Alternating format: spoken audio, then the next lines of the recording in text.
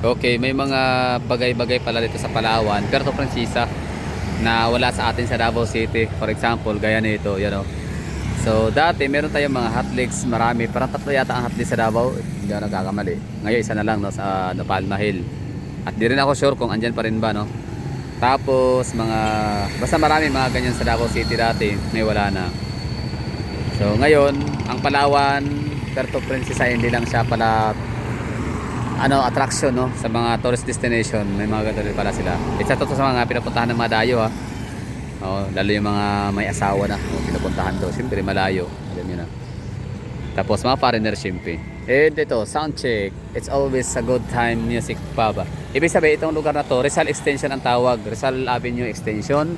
Kung saan matatagpuan ang mga coffee ba, mga beer house. Ganyan yan. Mga nightlife mga coffee shops, marami dito. Galing tayo sa Nomnom pala ha, Nomnom. Maganda yung Nomnom. Sikat yan sila sa Facebook.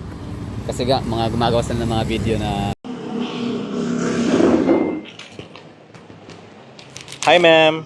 Hi. Wow, that was food. Oh, thank How you. much you pay? Let me check. Okay. Your bill, ma'am, is 666. Okay, I get it. Do you accept card? Yes, ma'am, we accept card. Okay, thank you. Get the change. Bye. Galing lang. When board on strike, nagre-release, nagba-vlog sila. So mula tayo doon at dito, lalakarin natin ito pa-uwi, no? Pa-uwi. Hindi, medyo malayo yung natin tinitirhan sa may Burgos. Ito yung lugar nila dito na pinaka nightlife. Sa Davao, ano ba nightlife natin sa Davao? Hiwa-hiwalay no? Kalat-kalat. Oo, scattered. Scattered yung natin. Mga bahay aliwan. Yan ang mga beer house pala, ganon. Meron tayong Kabagyo. Meron tayong Lanang sa may Damosa area. Tama ba? Damosa ba yun? Meron din sa downtown San Pedro. Meron din tayong mga Bungguyan. Pero yung Bungguyan maganda yun ngayon kasi di na siya gaya dati. Ang likod nito ay airport. Nung ko pala dati, punta dito sa Palawan, ang aking transient house na alala ko dito yun somewhere. Basta looban. Parang ito yata yun, no? Yung may parang gate. Parang dyan paloob. Pero di ako sure. Basta dito yon, gilid ng runway. So ang Puerto Princesa, Palawan ay lang siya, para lang siyang maliit na more likely small town, pero na pala siya highly urbanized city. Maaari siyang may pagkahawig siya sa Tagum City. Konti. Parang yung Apocon. Hindi pala Apocon ba? Apocon Drive. Apocon Avenue, Tagum City, no? So medyo may hawig sa ganito. Kunti lang naman. So hindi pa nila ka-level ang ang mga Iloilo City, Lapu-Lapu.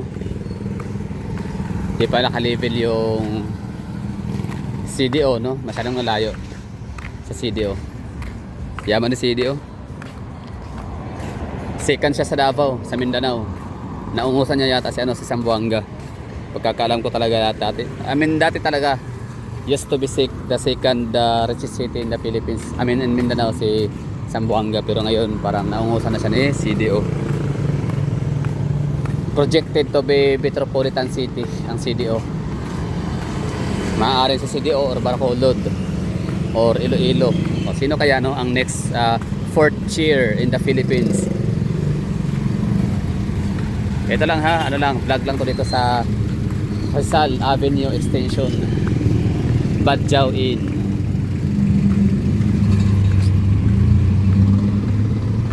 Rave Cafe.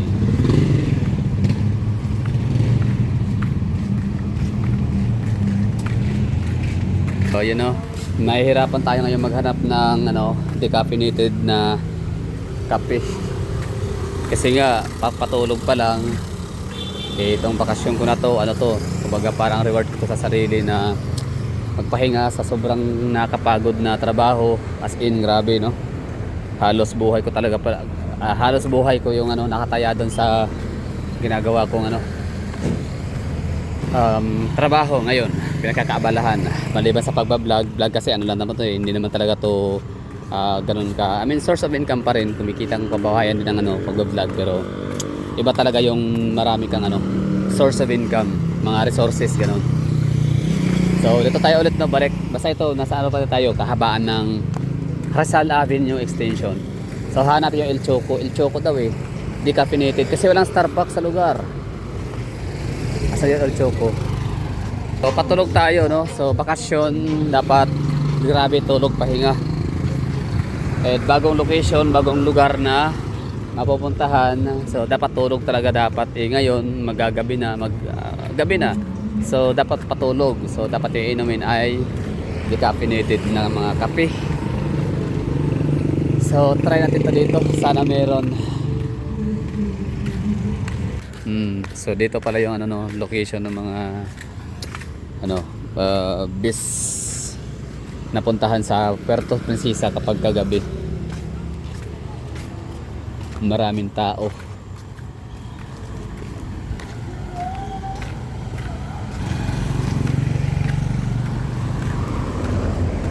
So yan naman talaga, no, bawat lugar meron talagang specialty na dapat ma-offer. Basta kami mga taga Davao, durian lang sapat na. Durian, mangustin, ano pa ba, yung tangang natatanging sa Davao lang nakikita. Durian, mangustin, yun na yun. Pomelo, Kinabuts Grill and Bar. Ito yung putahan ng mga turista. Tapos mga taga rito na rin, no? Yung mga politicians, mga may politicians talaga. Oh, yun. Noodle House. Sa unahan nito, Kapitolyo. Tapos crossing papuntang airport. So di ko alam kung anong meron ngayon sa Puerto Princesa, pero may mga bandereta sila, oh. Tsaka ang daming tao sa kailang Kapitolyo. So ang video na to ay pinamagatang Rizal Avenue Extension Vlog, Puerto Princesa City, Palawan. Diba iba itsura ng ano, pedicab. Parang Ninja Turtle.